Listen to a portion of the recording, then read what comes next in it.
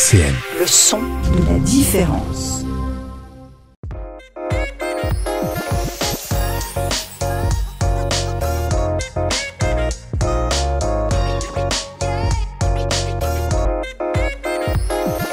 Bonsoir et bienvenue sur RCN pour cette émission spéciale Nuit de la Solidarité. Pour vous faire vivre cette 3e édition de la Nuit de la Solidarité à Nancy, nous avons installé notre studio ici, dans le restaurant de la municipale de la ville de Nancy, où chaque soir de la semaine sont distribués des repas aux sans-abri. Ce dispositif Repas du soir est porté par la ville de Nancy, ainsi qu'en partenariat avec les associations Accueil et Réinsertion Sociale, la Banque Alimentaire, le Secours Catholique et le Restos du Cœur. Et c'est justement dans le cadre de ce dispositif que le CCAS de Nancy a souhaité donner la parole à des bénéficiaires actuels et anciens. L'occasion de découvrir des parcours de vie, de comprendre leur quotidien, de découvrir un certain nombre de dispositifs auxquels ils ont accès et d'imaginer ceux qui pourront être développés dans un futur proche. Ce soir, pour ce faire, nous avons le plaisir d'accueillir dans ce studio Sardik. Bonsoir Sardik. Bonsoir. Ravi de t'accueillir Sardik, on peut l'applaudir, vous avez raison. Merci. Sardik, vous êtes une femme qui vivait dans une situation de grande précarité depuis votre prime jeunesse. Et ce soir, vous nous raconterez votre parcours et votre vie au quotidien. Tout à fait, avec plaisir. Avec nous également Samuel Roger. Bonsoir Samuel Roger. Bonsoir Thomas. Vous vivez dans les rues de Nancy depuis le 8 novembre dernier. Et après avoir traversé une partie de l'Afrique et la Méditerranée, vous nous raconterez notamment pourquoi il était important pour vous de venir dans un pays francophone une fois franchi la frontière européenne. Tout à fait, avec plaisir. Et enfin, nous accueillons avec nous Nathan. Bonsoir Nathan. Alors Nathan, vous êtes le plus jeune autour de cette table. Ouais. Voilà, vous avez 20 ans, on peut le dire. Et voilà. Et avec vous, nous verrons le rôle des associations caritatives et des bénévoles qui parfois pallient au manquement institutionnel. Vous nous expliquerez notamment comment, avec leur soutien, vous êtes aujourd'hui en voie de réinsertion. Bienvenue à vous trois. C'est ça. Merci. Pour être plus proche de vous, RCN se délocalise. RCN se délocalise. Et pour démarrer cette soirée, je voudrais que nous accueillions l'élu de la ville de Nancy, Nadège Nicolas, 3e adjointe à la ville de Nancy, déléguée à la cohésion sociale, aux nouvelles solidarités, aux aînés et à l'autonomie. Et vous êtes également vice-présidente du CCAS. Bonsoir à vous Nadège. Bonsoir, merci de me laisser la parole. On est ravis de pouvoir vous accueillir ce soir pour cette nuit de la solidarité. Est-ce que vous pouvez nous dire en un mot, c'est quoi la nuit de la solidarité ? Alors tout d'abord, je suis ravie de vous accueillir toutes et tous dans ce restaurant municipal. La nuit de la solidarité est née outre-Atlantique il y a maintenant une dizaine d'années et ensuite a été déclinée d'abord à Paris. Et aujourd'hui, c'est plus d'une vingtaine de villes qui organisent la Nuit de la Solidarité. C'est une soirée, une fois par an, pendant laquelle nous allons partir en maraude. Alors je dis nous parce que ce sont des équipes constituées de travailleurs sociaux, de citoyens bénévoles et puis d'élus qui vont partir sur le terrain avec comme objectif primaire dénombrer ce soir-là le nombre de personnes qui n'ont pas d'hébergement. C'est l'objectif primaire. L'objectif secondaire, qui est très intéressant pour nous, élus, est de voir et de constater ce dont les sans-abri ont besoin au quotidien, quelles sont leurs attentes. Et donc nous partons sur le terrain avec un questionnaire. Et c'est les réponses de ces questionnaires qui vont nous guider pour que derrière, nous puissions adapter nos politiques publiques et mettre en place des projets pour aider ces personnes qui vivent dans la grande précarité, pour les aider au quotidien. C'est la 3e année que nous allons organiser la Nuit de la Solidarité à Nancy. Ce qui a émergé il y a 3 ans, c'était le besoin d'avoir des repas chauds, d'avoir un accès à l'alimentation, et notamment en cette période hivernale. Et un second besoin qui avait émergé, c'était d'avoir un lieu pour pouvoir déposer ses effets personnels en sécurité dans la journée pour être moins stigmatisé avec tous les sacs, les valises ou les cabas que vous avez. Je dis vous savez parce qu'aujourd'hui, ce soir, il y a beaucoup de sans-abri qui sont là. Et donc, nous avons décidé, suite à ces résultats, à ces réponses au questionnaire, de développer 2 projets. Le projet, c'est le projet de bagagerie solidaire. Bagagerie qui a été inaugurée le 1er décembre dernier, qui est ouverte tous les jours de 15h30 à 18h30, qui est tenue par les bénévoles de la Croix-Rouge. Et c'est un lieu où les sans-abri peuvent avoir une mise à disposition d'un casier casier sécurisé dans lequel ils peuvent déposer leurs effets personnels. Ils peuvent aussi bénéficier d'une laverie où ils peuvent donc nettoyer leurs effets personnels et donc revenir quand ils le souhaitent dans ce casier pour déposer ou rechercher leurs affaires. Et puis, le deuxième projet, on y est. On est au restaurant municipal. Nous avons repris la coordination de la distribution des repas du soir, vous l'avez dit dans votre introduction, avec l'aide d'associations, avec l'association Ars, qui chaque soir met à disposition un travailleur social. 3 associations qui, chaque soir, vont venir distribuer les repas. Et puis d'autres associations qui ponctuellement viennent nous aider, comme celle qui est là ce soir, les Bruits du Cœur. Et puis, il faut le dire aussi, avec l'aide de l'État qui finance partiellement ce dispositif. Donc, quand vous voyez que quand le collectif se met en œuvre, eh bien, on peut faire de beaux projets. Je ne parlerai pas plus longtemps, les élus parlent généralement beaucoup. Ce soir, l'objectif, c'est laisser la parole à ceux qui ont vécu ou qui vivent à la rue, pour entendre leurs témoignages et surtout leurs besoins. C'est ce que nous allons faire effectivement maintenant et je vous propose peut-être que nous nous tournions tout de suite vers Sardik. Bonsoir Sardik. Bonsoir. Alors Sardik, je le disais en introduction, votre vie dans la rue, elle a commencé très tôt. Ouais, j'avais... la première fois que j'ai été dehors, j'avais 14 ans. J'ai fugué de chez moi. Et je suis repartie un an après chez ma mère qui était en Bretagne. Et à 16 ans, elle m'a acheté un camion. Donc, je n'avais pas l'âge de conduire, bien sûr. Mais bon, je suis quand même partie en camion aménagé. Et j'ai commencé à zoner comme ça, voilà. Alors, ce camion, il vous a servi une partie de votre vie. Oui. Il vous a été très utile. Oh oui, le logement, se sentir en sécurité chez soi, mine de rien, ce qui est important. Et je l'ai perdu. Mais ce qui m'a permis aussi de faire beaucoup de saisons, pour me réinsérer, de travailler. Et dernièrement, je me le suis fait voler. C'était pas le même, mais bon. Et du coup, je me suis retrouvée à la rue à 40 ans. Donc voilà, plus de papier, plus rien, tout à refaire, à repartir à zéro. On va reparler de ce besoin d'insertion et des besoins qu'on peut avoir quand on a envie et besoin de se réinsérer dans la vie avec vous, Sardik. Je crois qu'il y a d'ailleurs quelques bonnes nouvelles qui se profilent pour vous. On ne va pas en dire trop, parce que tant que c'est pas fait... Ouais, ça me fera peut-être chance, on sait jamais. On ne va pas trop en dire, mais en tout cas, il y a des bonnes nouvelles qui se profilent et on en est heureux. Donc, quand on vous a volé ce camion, retour à la rue, vous le disiez, comment ça se passe, la vie dans la rue, pour une femme ? J'ai la chance d'être en couple déjà, parce que je ne suis pas une femme seule, j'ai un chien aussi que j'aime beaucoup. Et d'être à 2, 3 du coup avec le chien, ça aide beaucoup. Après, il y a quand même une solidarité même avec les femmes, quoi. Donc ça va, quoi. Les hommes à la rue, c'est pas des sauvages. C'est pas des sauvages, quoi. On est tous frères entre guillemets, quoi. Donc ça va, c'est pas pire, quoi. J'ai noté, quand on a préparé ensemble et puis on a vécu quelques moments ensemble, que la solidarité, c'est quelque chose de très important quand on vit dans la rue. C'est ce qui nous tient un peu quand même, quoi. C'est ce qui nous tient, quoi. Parce qu'entre les gens qui vous envoient chier, qui vous stigmatisent, t'as qu'à travailler, t'as qu'à te laver. Donc ça aide quand même d'avoir des gens comme nous qui sont là pour nous aussi, quoi. Et puis il y a des gens aussi qui dans la rue, au contraire, sont sympas, les voisins. Oui. Il y en a une ici d'ailleurs, une petite voisine, qui m'offre le petit café de temps en temps. Et ça me fait chaud au cœur, vraiment. Et qui vous appelle la voisine ? La voisine de la rue, voilà. C'est vrai que quand ils m'ont dit ça, mes voisins, je les appelle mes voisins, là où je fais la manche. Et ça m'a fait chaud au cœur, mine de rien, parce que même pour Noël, ils m'ont envoyé des chaussettes, des gants, plein de petits trucs utiles, quoi. Du foie gras, du champagne. Merci à vous, d'ailleurs. Donc, ça a fait très plaisir, quoi. C'est vrai. On va continuer à parler avec vous dans quelques instants de comment on peut se réinsérer et des difficultés que vous avez pu et rencontrer encore, d'ailleurs, et de ce qui va se profiler peut-être pour vous dans l'avenir, ce qu'on vous souhaite en tout cas. Je vais me tourner maintenant vers votre voisin, Samuel Roger. Alors vous, Samuel Roger, votre parcours, il a commencé il y a 2 ans à peu près, quand vous avez quitté votre pays d'origine. Oui, je quitte mon pays d'origine en décembre 2022. Je passe par le Nigeria. Parlez bien près du micro si vous voulez.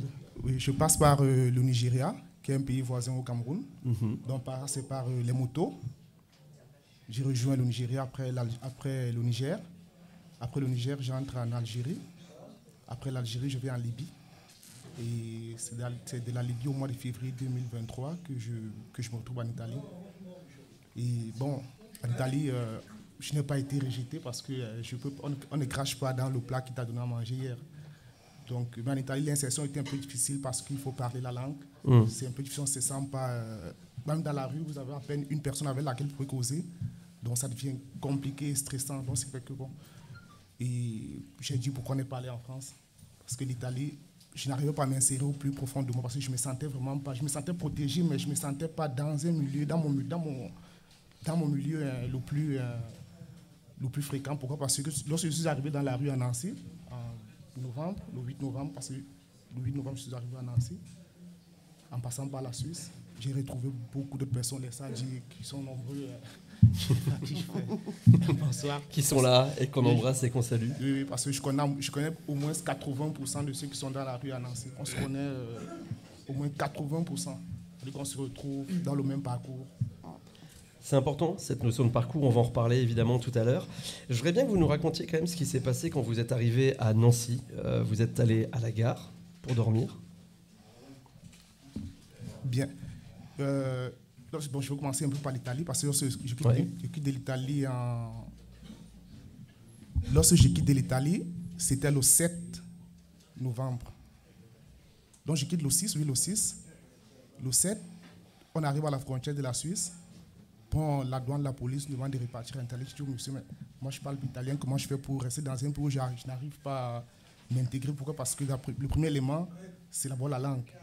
Donc je n'arrive pas à parler l'italien, comment je fais pour rester? Je n'ai plus 21 ans, je n'ai plus 20 ans, pourquoi me renvoie à l'école primaire pour aller apprendre à parler la langue? Donc ça devient compliqué et à un moment ça me stressait. Pourquoi? Parce que vous pouvez marcher dans la rue, vous voyez personne avec vous, vous pouvez me dire bonjour. Donc la Suisse me demande de repartir en Italie. J'ai dit, oh, monsieur, mais qu'est-ce que moi je vais aller faire? Comment je fais pour rester là-bas? Bon, j'ai réessayé la traversée, toujours par la Suisse. J'ai réussi, je suis arrivé à Nancy. Au niveau de Nancy, je rencontre un monsieur au niveau de Bassel. Oui, j'ai encore la mémoire fraîche. Je rencontre le monsieur, j'ai dit, monsieur, moi je vais aller en France. Il me dit, mais comment tu vas aller en France? Il dit, mais je n'ai même pas de papier. Il me dit, tu as de l'argent pour payer le ticket? Je dis, non, je n'ai pas d'argent pour payer le ticket. Il me dit, ok, je vais te payer le ticket. Il ne me connaissait pas, il ne m'avait jamais vu. Il me dit, je te paye le ticket, tu vas où? Je dis, je ne connais pas où je vais. Il me dit, lui va à Nancy. C'est comme ça que je dis au monsieur, ok, moi aussi je vais à Nancy. Le plus important, c'est d'être en France. Et c'est comme ça qu'il m'a payé un ticket. Nous sommes arrivés à la gare. Je suis arrivé à la gare autour de 22h. Il me dit, tu vas dormir. Il dit, bon, je suis au niveau de Nancy, je peux trouver où dormir. Il me dit, tu vas trouver où dormir? Je dis, oui, je vais trouver où dormir. Je passe ma première nuit à la gare. C'est là. Tout commence. Je passe ma toute première nuit à la gare. Et le lendemain, je rencontre des Sierra-Léonais qui parlaient anglais, avec qui ils me disent, mais je prends mon téléphone, je traduis un peu en français pour qu'ils comprennent en anglais. Je dis, comment ça se passe? Ils me disent, non, il faut aller à la Spada. Le 8 matin, dans la matinée, je me rends dans la Spada pour faire ma première demande d'asile. Et de là, j'ai aussi rencontré un Ivoirien à qui je ne sais pas, bon, il aurait dû être là. Richemont, il était là avant moi. Lui aussi dormait dans la rue. C'est comme ça qu'on forme une équipe. On commence à... Lui, il est d'origine ivoirienne, on ne se connaissait absolument pas. On forme un petit bloc, on commence à connaître où il faut aller se laver. Il me dit, bon, il y a les endroits où il faut aller se laver. On prend notre premier rendez-vous, le 34. C'est au 34 où on prend le premier bain. Depuis le 7, je ne m'étais pas lavé jusqu'au 9.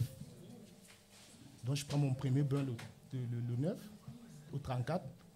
Et tous les jours, on avait un parcours de 6 endroits précis. C'est-à-dire que la gare le matin, Saint-Sébastien à une certaine heure, pour éviter un peu le froid. Après le Saint-Sébastien, on va au 34. Après le 34, bon, il y a eu la bagagerie qui est venue bien après. On allait maintenant, on ne marchait plus avec les sacs. On allait déposer les sacs à la bagagerie. Après la bagagerie, c'est... Oui. Et maintenant, les autres journées, parce que le 115, c'est une journée sur deux. C'est-à-dire que les 2 journées, c'est par chance. Quand vous dites c'est une journée sur 2, je précise pour ceux qui nous écoutent et qui ne savent pas. C'est-à-dire que vous avez accès au site du 115 une journée sur 2. Vous pouvez y dormir une nuit sur 2. Une nuit sur 2.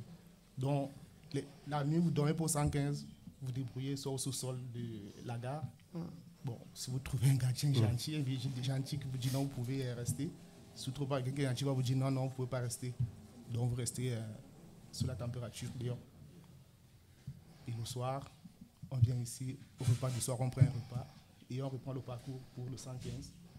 Et le lendemain, le même parcours recommence. C'est-à-dire que pendant 2 mois, parce que c'est le 8 novembre, je le dis toujours, un salut à Élise, parce que c'est elle qui m'a envoyé le message pour me dire tu iras au logement Grand Froid. C'est là où je peux dire que le parcours il y a eu un coup de frein sur le parcours qu'on a eu pendant 2 mois, parce que c'est 2 mois jour pour jour. Du 8 novembre au 8 janvier, c'était 2 mois jour pour jour. Dans la rue, porter le sac. On va dire juste un mot sur le plan Grand Froid, ce que ça apporte quand même pour que les gens comprennent. Clara, je me tourne vers vous. Vous travaillez au CCAS. Le plan Grand Froid, pour bien expliquer, ça permet de donner un accès plus facilement aux personnes à la rue, à des logements.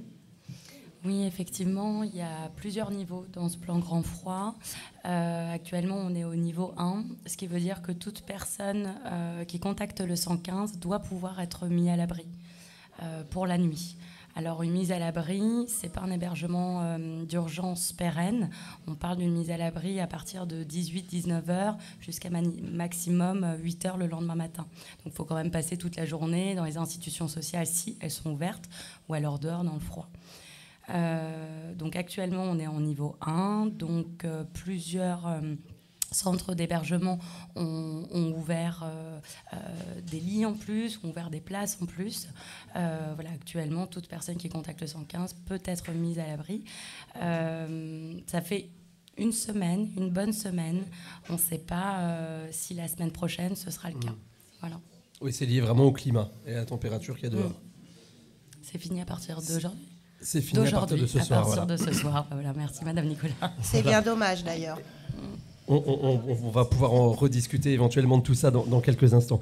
Samuel Roger, ce jeune ivoirien dont vous nous parliez, vous avez joué un rôle pour lui. Vous arrivez ici, vous découvrez la vie dans la rue à Nancy et en même temps, vous vous tournez vers ce jeune et vous l'accompagnez. Vous pouvez nous expliquer ce que vous avez fait?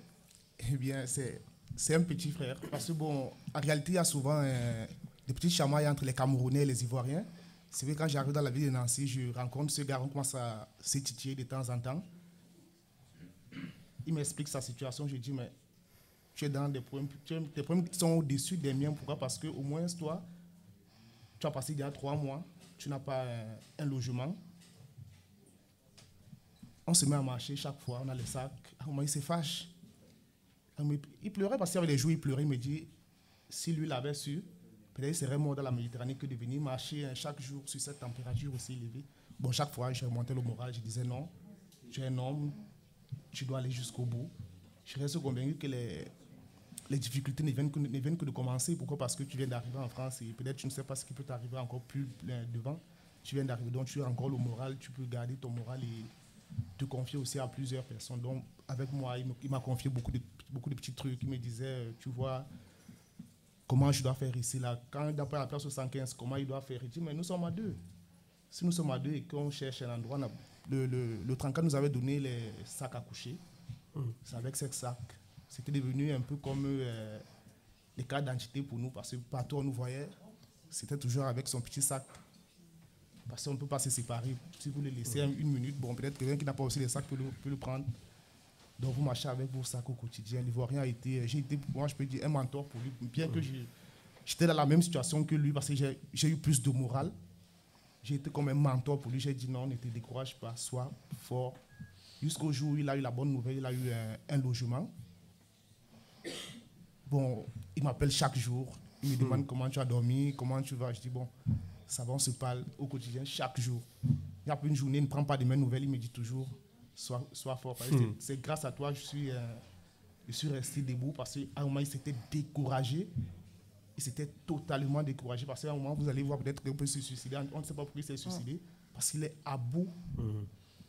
Il est à bout des problèmes qu'il traverse au quotidien. Donc moi, j'ai remonté le moral.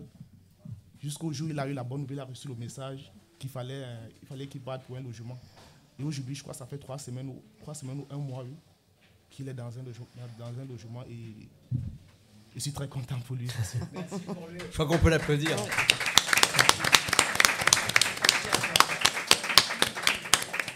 La solidarité, hein, on l'a bien noté. Je trouve que c'est super beau ce témoignage parce que ça permet de comprendre à quel point la solidarité est vraiment forte et importante dans la rue.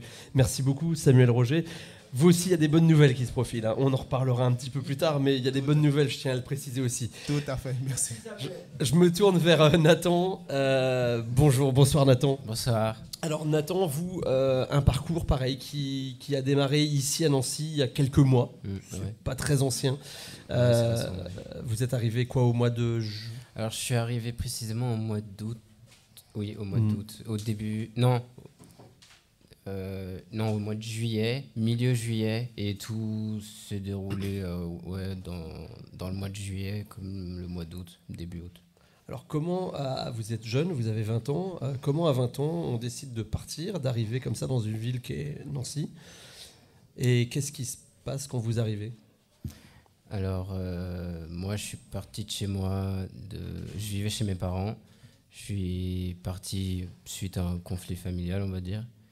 Et je suis parti à Nancy parce que j'avais une connaissance que j'étais censé retrouver ici, qui au final n'était pas là quand je suis arrivé. Et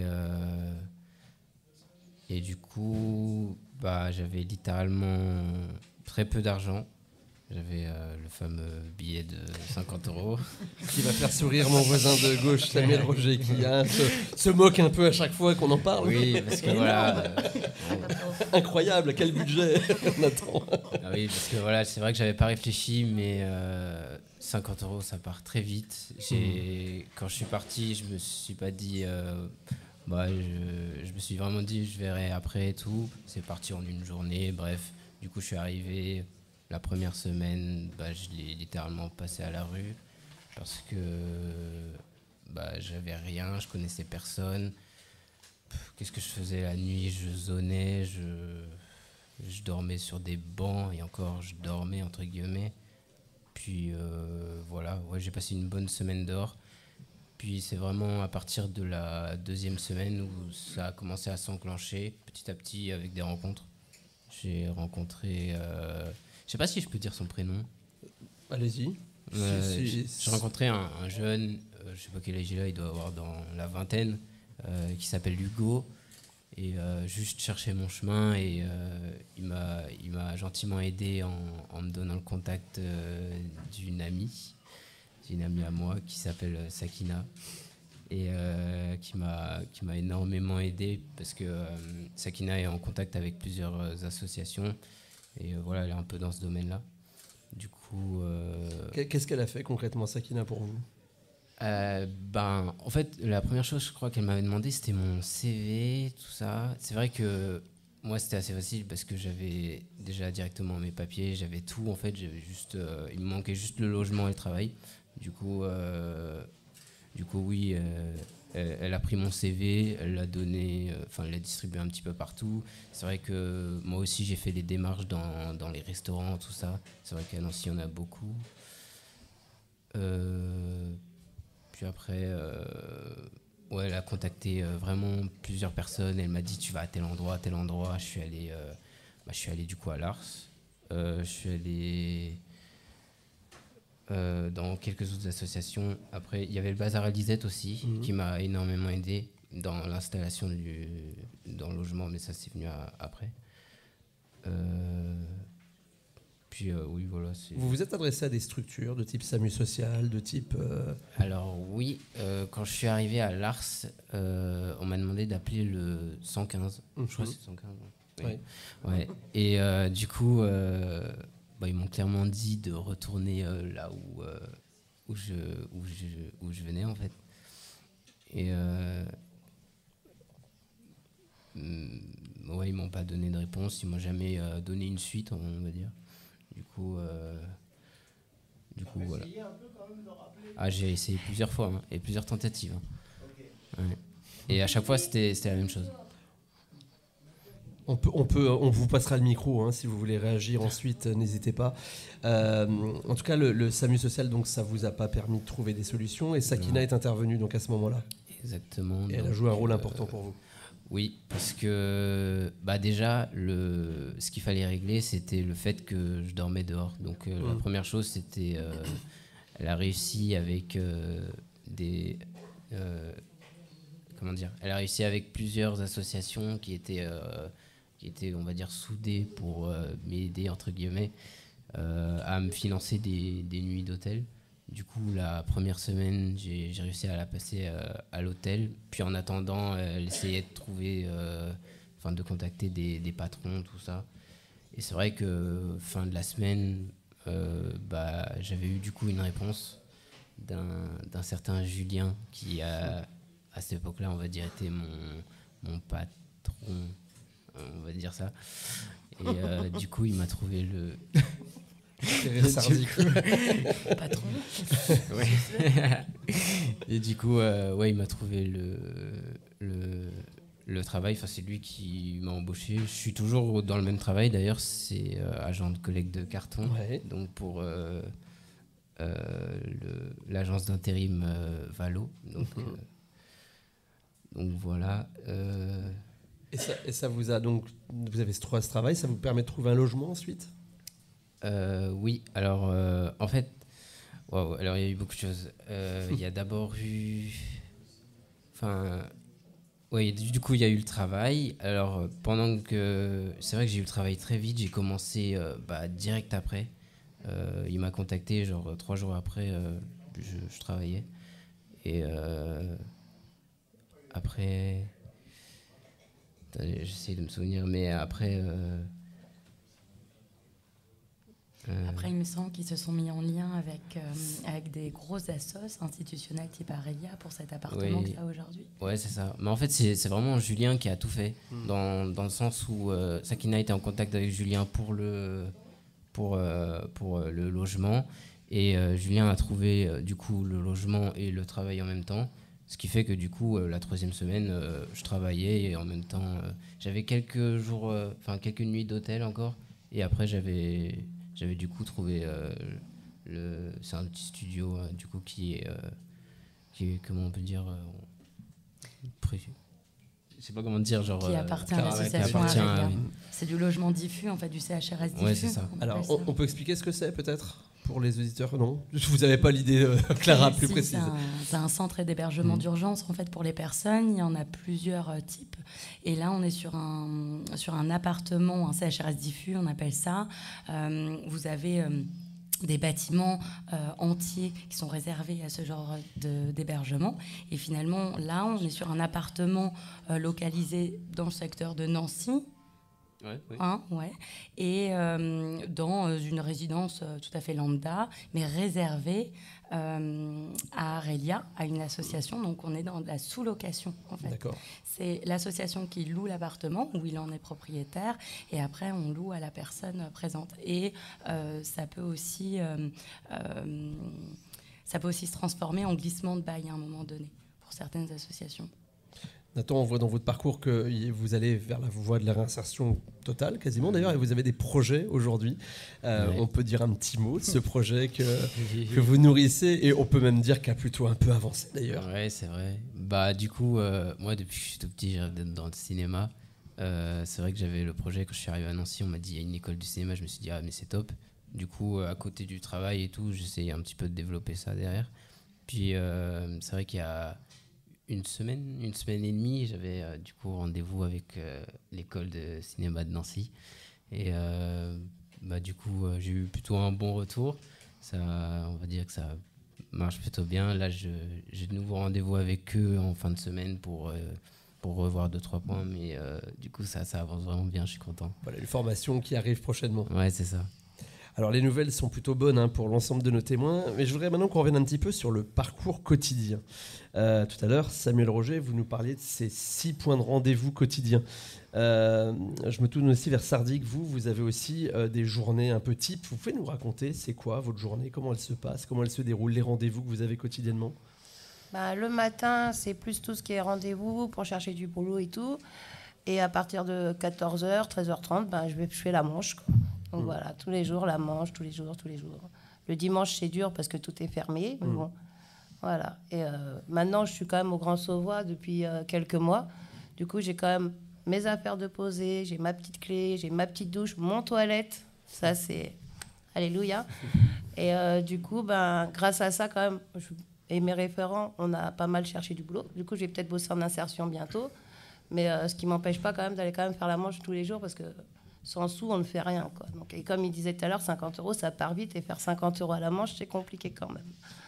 Et puis vous disiez que c'est très difficile, c'est un peu une espèce de cercle vicieux qui fait que pour trouver du boulot, il faut réussir à sortir de ce cercle vicieux. Qu'est-ce qu'il faut faire pour vous aider ? Qu'est-ce qui aujourd'hui peut-être manque et pourrait vous permettre d'accéder plus facilement à l'emploi ? Nous, ce qui nous a aidé vraiment, c'est le Grand Sauvois au final, quoi, d'avoir un logement, de pouvoir se laver, être présentable, pouvoir avoir des vêtements propres, les ongles propres. Quand on a les ongles noirs, c'est pas... Les patrons, ils le voient tout de suite. Hein. On sent, je suis désolée, on sent la sueur, on sent la rue, on sent quoi. Donc voilà. Donc d'avoir eu le logement, ça nous a aidé énormément. Et c'est ce qui manque, je pense, des logements, des endroits pour se laver tous les jours. Pour une femme, c'est un peu plus compliqué quand même, c'est vrai, parce qu'on est quand même indisposé de temps en temps. Maintenant, il y a un système de trucs pour les menstruations, je crois, qui s'est mis en place à Nancy. Et ça, c'est quand même pas mal, parce que ça coûte aussi cher. Parce que, mine de rien, il faut les payer, vu qu'on ne vole pas. Donc, voilà, quoi. Et voilà. Et ouais, c'est la manche tous les jours. Alors, vous êtes en couple avec... votre compagnon qui est ici, ouais. Et vous avez un chien. Ouais. Et c'est vrai qu'on discutait et on se rendait compte que c'est vrai, c'est pas facile de trouver aussi un logement Alors déjà, quand on vit en couple, c'est pas facile, et en plus quand il y a un animal. Oui, parce qu'il n'y a pas beaucoup de logements qui vous acceptent en tant que couple, et avec un animal, c'est très compliqué. Donc le Grand Sauvois est l'exception. Et c'est pareil, tout à l'heure, je parlais avec un couple d'amis que j'avais pas vu depuis un petit bout de temps, qui fait la Manche Place Stan. Et eux, son mari, lui, il est en fauteuil roulant. Et elle ne l'est pas. Lui, il avait une place dans un logement spécialisé, mais sans sa femme. Du coup, il a refusé et ils dorment dehors encore aujourd'hui, quoi. Alors que lui, il a un fauteuil et tout, donc c'est pas normal non plus, quoi. Avoir plus de structures qui acceptent les couples avec des animaux, mais des couples avec des gens handicapés aussi, ce serait pas mal, quoi. Donc voilà. C'est des choses qu'on trouve pas forcément beaucoup aujourd'hui, Clara.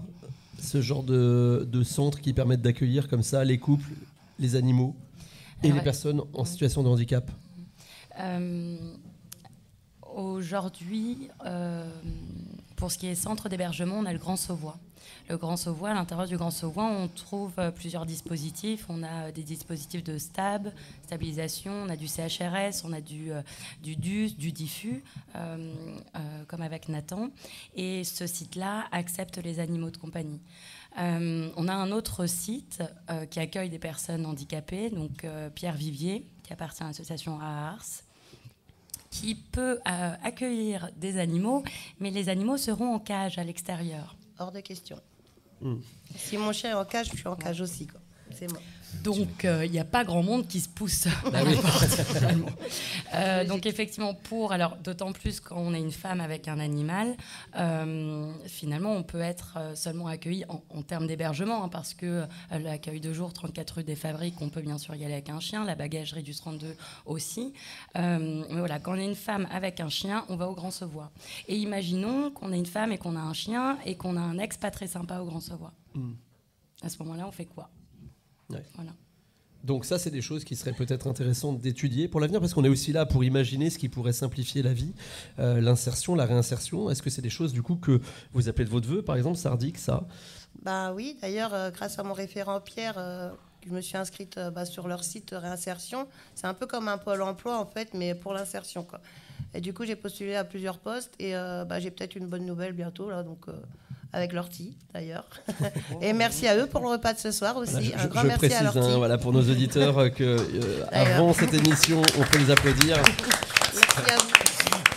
Voilà, qu'il y a eu le repas du soir Oui. qui a été distribué comme tous les soirs de la semaine. Et ce soir, l'ortie, avec qui des bons légumes propose bio. des produits bio, est venu proposer des repas. Et on peut encore les remercier. Et on peut les réapplaudir d'ailleurs. Ouais, merci à vous.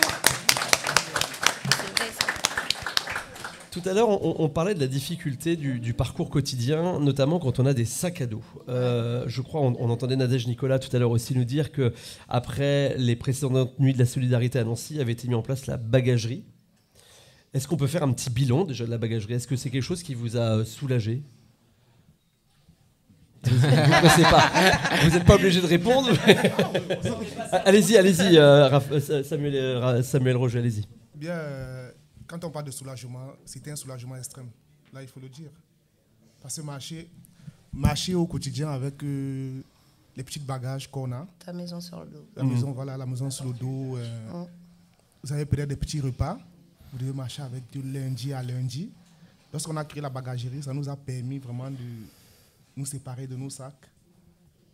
Donc de 15h30 à 18h30, vous n'avez pas le sac. Et on est moins stigmatisé aussi. Et vous pouvez déposer vos effets là-bas. C'est-à-dire que nous, pour moi, personnellement, ça a été un ouf de soulagement quand on nous a fait comprendre que la bagagerie était disponible pour tout le monde. Parce que souvent, les premiers moments, on nous a fait comprendre non, il fallait l'attestation de domiciliation. Heureusement, le personnel de l'ARS n'a pas hésité. Ils ont mis des attestations à notre disposition. Nous sommes allés déposer. On nous a donné les casiers. Donc, majoritairement, nous étions fatigués de rester avec le sac en longueur de journée. Imaginez-vous les 6 étapes. C'est-à-dire que le matin, vous quittez du 115. Le jour, vous avez dormi au 115 pour la gare. Après la gare... Le 115, c'est où pour qu'on précise et que nos auditeurs comprennent? Le 115, c'est où? Le 115, c'est à Faron. L'adresse? L'adresse, oui. Ah. Allez, Samuel. Samuel Roger, on vous écoute. À Vendeuvre. À Vendeuvre, 6 km de marche. 6 km de marche. Quand les bus. Donc, première étape le matin, entre 7h et 8h, on remet son sac à dos et on marche 6 km. Oui, 7h. 7h. À 7h, vous devez quitter le camp pour la gare. Vous avez le sac au dos. Et quand vous arrivez à la gare, on vous identifie directement. Oh, les voilà. Ils arrivent. Oui, parce que nous avons vécu un moment de... Bon, on peut appeler ça discrimination. Mais à un moment, les gardes ferroviaires nous demandent de sortir de la gare. C'est-à-dire quand on voyage avec votre sac, on dit votre ticket de voyage, vous ne l'avez pas, on vous demande de sortir. C'est là où on nous a dit, bon, il y a aussi le Saint-Sébastien. Au Saint-Sébastien, il faut être très discret. C'est-à-dire qu'il faut aller avec un sac réduit. Lorsque la bagagerie est arrivée, c'était un ouf de soulagement parce qu'il pouvait aller au Saint-Sébastien en longueur de peut-être de 8h à 14h. Ça, c'est de lundi à mardi. Pourquoi? Parce que le 34 ouvre le mercredi à 10h. C'est-à-dire que les autres jours, vous avez l'obligation de porter votre sac. Lorsque la bagagerie est arrivée, ça nous a totalement libérés du sac qu'on ne portait plus.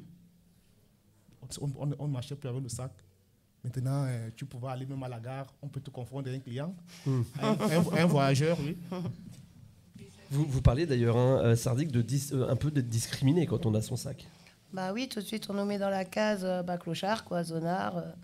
Puis nos sacs, on les a tous les jours sur le dos, donc c'est pas des sacs de voyageurs qui sont propres, qui sortent qu'une fois pour les vacances. Puis il y a toutes nos affaires, c'est notre vie dedans, quoi. Donc ça pèse, quoi. Ça pèse. Moi, j'ai la chance de ne plus le faire, mais je l'ai eu fait. Et ouais, c'est bien qu'ils aient ouvert des casiers. Je ne sais pas s'il y en a assez. Donc peut-être voir pour en faire plus. Donc voilà. Et merci d'en avoir fait déjà. Oui, c'est une première étape. Voilà, chaque chose en son temps. On peut, voilà, si vous voulez dire merci, n'hésitez pas. Réagissez autant que vous le voulez, on est là pour ça. Donc les étapes, si je continue, le matin, on a compris 115 gare, centre Saint-Sébastien, le 34. Le 34, c'est quoi? Vous pouvez nous réexpliquer ce que c'est le 34? Bien, le 34, c'est une structure qui a été mise, je crois que c'est l'ARS qui gère le 34. Et là-bas, on peut prendre une douche. C'est-à-dire que quand vous passez toute la journée, vous pouvez prendre votre douche au 34, vous pouvez faire votre repas et vous pouvez aussi laver vos vêtements. C'est déjà bien pour le vécu. Mais maintenant, quand vous finissez de prendre votre douche, vous finissez de laver vos vêtements, vous avez peut-être la grosse difficulté, le sac. Parce que dans votre sac, vous avez peut-être les vêtements, peut-être 1 ou 2 vêtements de rechange. Vous avez aussi le sac à coucher, qui est important, qui est l'outil stratégique même du sans-abri. C'est l'outil stratégique du sac à coucher. Quand vous n'avez pas votre sac à coucher, vous avez l'impression, parce que moi, je le dis toujours, mon sac à coucher, à un moment, était plus important que mon propre document. C'est ton salon, quoi. Pourquoi? Parce que, imaginez-vous, à 23h, au niveau de la gare, on vous demande de sortir. À 23h30, la gare ferme, à 23h30, vous devez sortir. Vous allez aller où? Vous n'avez qu'un seul compagnon, votre meilleur compagnon, c'est votre sac. C'est-à-dire que vous allez le dérouler quelque part, soit au niveau des arrêts de bus, vous passez la nuit, et à 6h, les vigiles de la gare venaient souvent dire « c'est ouvert ». Et là, c'est pour nous faire signe que vous pouvez aller prendre un peu de chaleur avant que les gardes ferroviaires ne viennent vous demander de sortir. Parce que ceux qui veillent au quotidien, dans la journée, ne vous mettent pas dehors. Mais c'est les gardes là, quand ils arrivent, quand il a vu votre sac, il a vu le sac à coucher près de vous, vous avez directement l'étiquette. On dit, c'est les gens là, il faut sortir. Alors, après le 34, la suite du parcours, c'est quoi? Bon, après le 34, de toute façon, on quitte le 34, bon, ça dépend du jour, on quitte le 34 généralement à 16h30. À 16h30, on va à la bagagerie, à la Croix-Rouge, parce que c'est la Croix-Rouge qui est la structure qui s'occupe. Là-bas aussi, vous pouvez prendre un café, vous pouvez peut-être boire de l'eau. Donc, vous avez le temps de vous reposer de 16h30, parce qu'ils ouvraient souvent ils ouvrent à 15h30, mais nous, on allait souvent à 16h30 après le repas au 34. C'est-à-dire qu'on va passer de 16h30 à 18h30. Après 18h30, on reprend le parcours pour ici. Parce que c'était ici le point de chute. Bon, on peut dire le point de chute pour le parcours de la marche dans la ville. Parce qu'après, il faut reprendre le trajet pour le... Il y a aussi l'un des éléments peut-être qu'il faut peut-être à un moment, peut-être, j'ai souvent oublié de parler de ça. Au niveau de chaque fois quand 13h55 arrive, vous êtes extrêmement stressé. Parce qu'il faut appeler le 115. Ah oui. Et là, quand on va à la gare, c'est pour charger le téléphone, pour avoir la batterie, pour pouvoir appeler. Vous devez appeler à 13h55 jusqu'à 14h05. Parce que, ouais, je rajoute, ça peut être peut-être intéressant. Effectivement, 13h55, pas pour tout le monde. Hein. 14h, c'est l'horaire d'appel des demandeurs d'asile à Nancy. On leur demande tous d'appeler à 14h. Or, les personnes faisant partie du droit commun peuvent appeler toute la journée 24 heures sur 24 et conseiller d'appeler de 9h à 21h, 22h. Voilà. Et les demandeurs d'asile, c'est tous en même temps à 14h. Donc à 14h03, il n'y a plus de place. Voilà. Donc quand 14h sonne, vous allez commencer à réfléchir, est-ce que j'aurai la place? Est-ce que je n'aurai pas la place? Parce qu'à un moment, quand la dame vous dit, la dame ou le monsieur qui va vous prendre au bout du fil va vous dire, oh, c'est tout bon pour aujourd'hui. Vous allez voir le soulagement. Bon, les petits rides qui voulaient sortir. Parce que vous êtes soulagé, vous avez au moins espoir de dormir au chaud. Et le lendemain à 7h, le parcours recommence. Chaque jour, pendant 2 mois. Moi, j'ai passé 2 mois jour pour jour. Du 8 au 8. Donc du 8 novembre au 8 janvier. Jour pour jour avec au moins 1 mois et demi avec le sac au dos. 1 mois et demi. Je suis allé à l'hôpital à La Passe, on m'a dit, mais vous n'avez pas perdu le poids. J'avais perdu 2 kilos déjà là-dedans, mais moi, je croyais avoir perdu au moins 20. Parce que le pantalon que j'avais ne me suffisait plus à un certain moment. Il fallait marcher, à un moment tirer votre pantalon au quotidien parce que vous devez marcher. Vous devez marcher 6 étapes en une journée. Donc, et quand on vient ici, on prend le repas pour recommencer le parcours.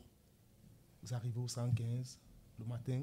Vous recommencez pendant 2 mois. On reprécise quand vous dites ici, hein, c'est 12 rue Pierre Fourier, c'est près de la place Stanislas à Nancy, et le 115 c'est Vendeuf, donc rebelote, plusieurs kilomètres de marche. Tout à fait, tout à fait, tout à fait.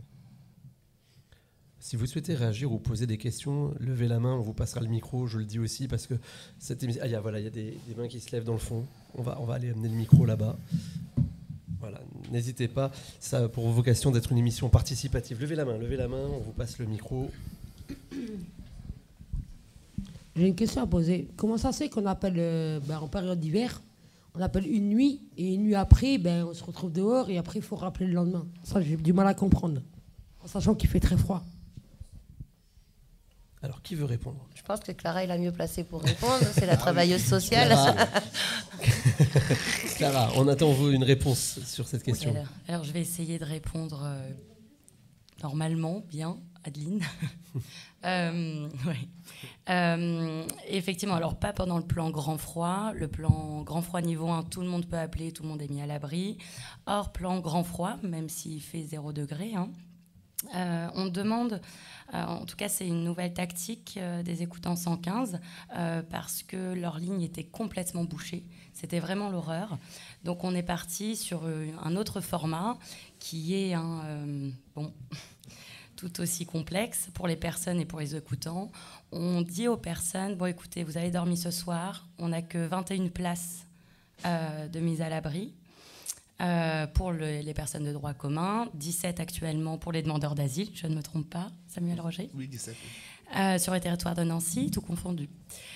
Donc, on dit aux personnes, vous m'appelez aujourd'hui, vous dormez ce soir, par contre, demain, vous ne m'appelez pas. Parce que c'est sûr que vous n'aurez pas de place, parce qu'on crée ce qu'on appelle un turnover, quoi. Machin a dormi ce soir, machine dormira demain. Et comme ça, un peu tout le monde peut passer peut-être 3-4 nuits par semaine au chaud. C'est un peu cru quand même. Hein. Oui, complètement. Ouais, je trouve ça... Il n'y a pas assez de place actuellement.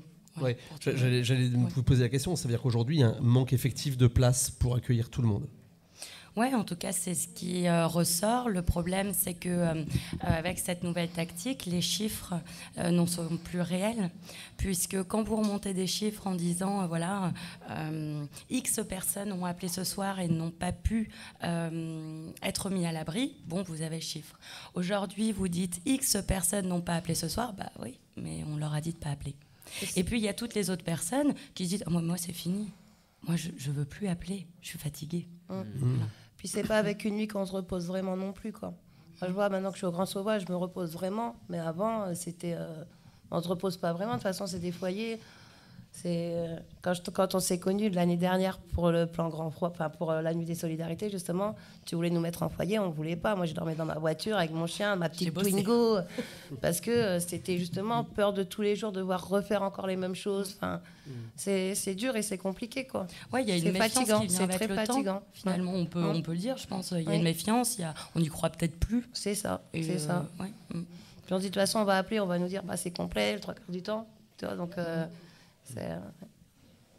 Donc, ce qu'il faudrait déjà, c'est trouver plus d'hébergement, plus de places d'hébergement. Ça serait une des solutions importantes.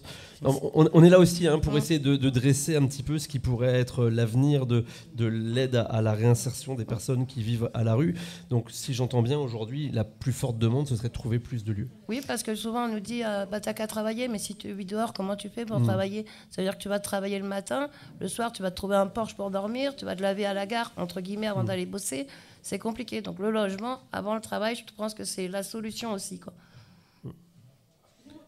Des questions, on passe le micro. J'ai une dernière question. Quand on a un chien, comment on fait dans un parking ? On n'a pas la conscience tranquille. Hein. Le chien, ça se trouve, il va se barrer. On se dit, il est où mon chien le lendemain matin ? C'est trop facile tout ça. Il faut trouver une solution pour tous les SDF qui vivent dans la rue. Je vous demande juste de trouver une solution à l'amiable. C'est une vraie question. On en parlait tout à l'heure.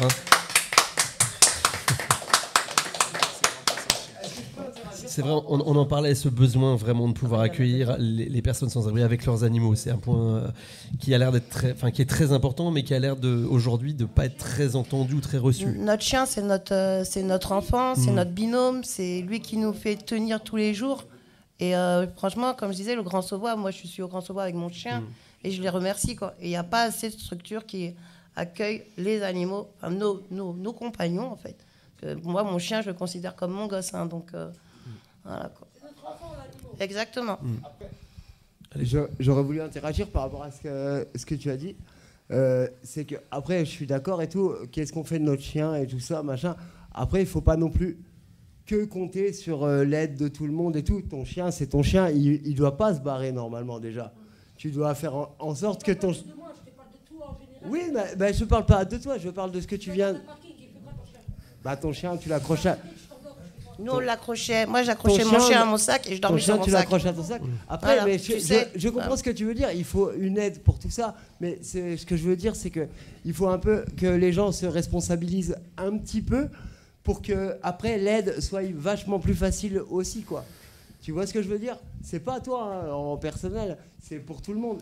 En tout cas, juste pour dire, il n'y a pas assez de logements qui acceptent les animaux. Et ça, je suis bien d'accord. Mais oui, après, voilà. Mais si tout le monde fait un peu attention à soi, les autres pourront faire un peu plus attention à nous aussi, quoi. On peut peut-être repasser le micro parce que qu'on puisse avoir la réponse aussi. Juste moi répondre au monsieur là, mais un animal, il a 4 pattes, d'accord ? Ça reste un animal, d'accord ou pas ? Ça reste à vie, tu vois, il marche, il est vivant. Et il marche autant que nous tous les jours.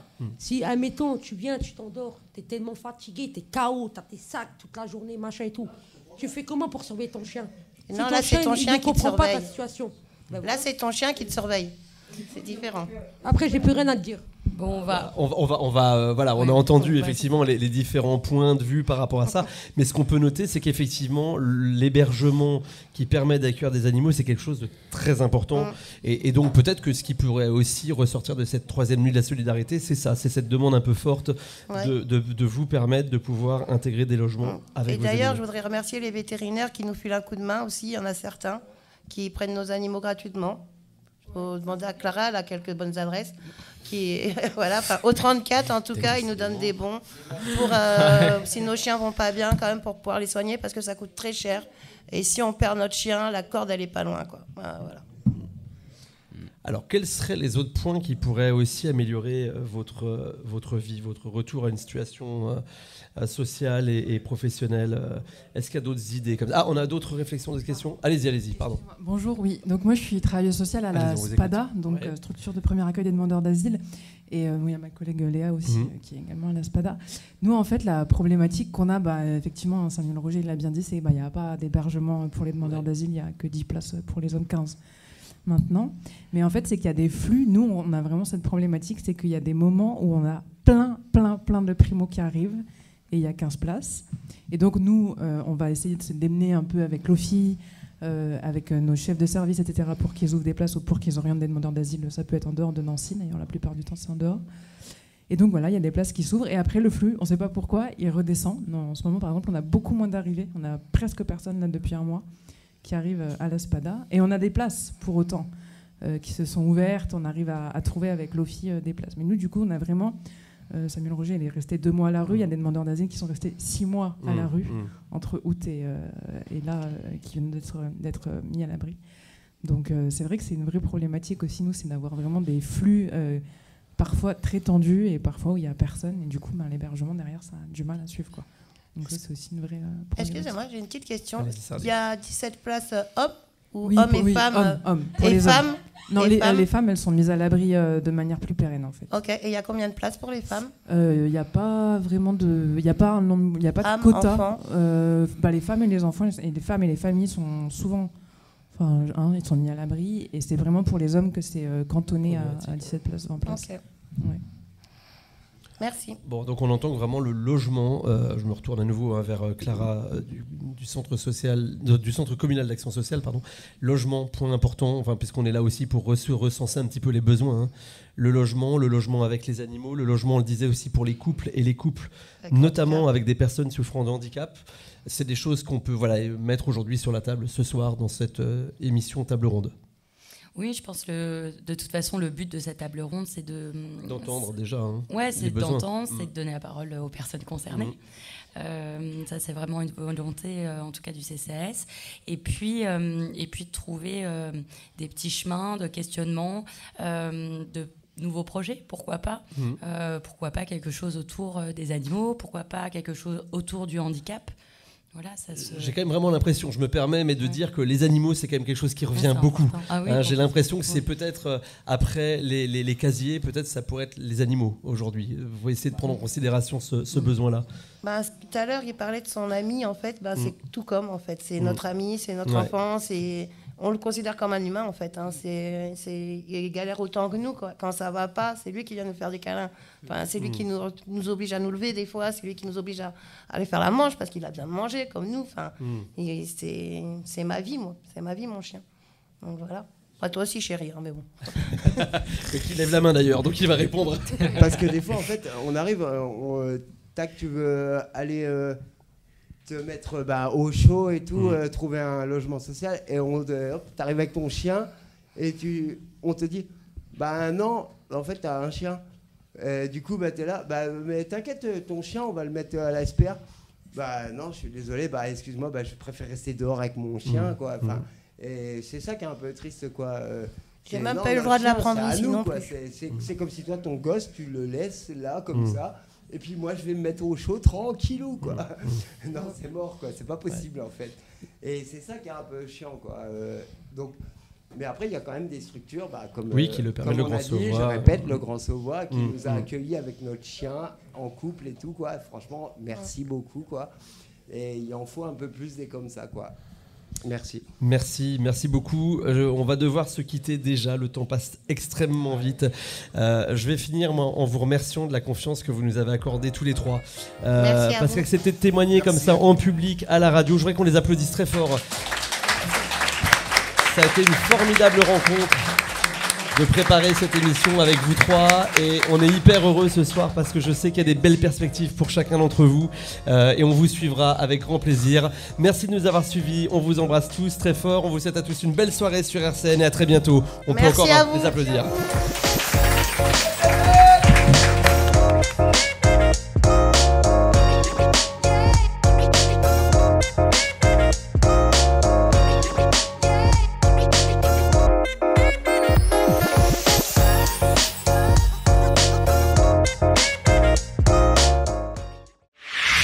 RCN, www.rcn-radio.org